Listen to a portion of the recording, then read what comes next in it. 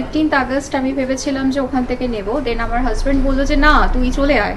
আমি ওইখান থেকে খোঁজ নিয়ে গেছিল। দেন আমি 1 মাস আর কি চুপচাপ রয়ে গিয়ে আজকে জাস্ট সকালে নেমেছি, নেমে সেখানে ফোন কিনতে চলে। তো আমার আজকে এসবিডি কমিউনিকেশন থেকে একটা রিভিউ নিয়ে এলাম। যে ম্যাডাম কুচবিহারে চাকরি করেন, কুচবিহারে থাকেন এবং কিন্তু ওনার বাড়ি বারাসাতে। তো উনি ওখানেই আমাদের ভিডিও ফলো করেন, তাই তো?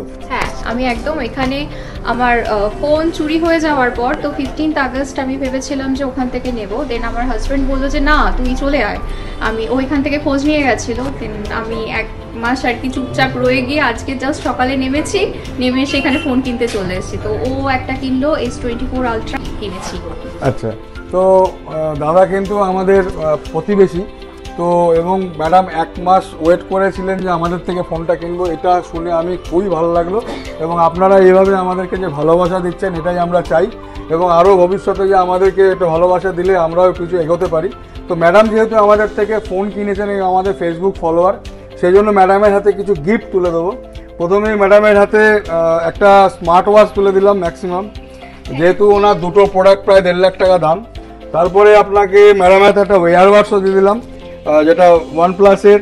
তারপরে একটা সেলফি স্টিক দিলাম যেটা ট্রাইপডেরও কাজ করবে এবং ভিডিও মানে করার জন্য খুব ভালো।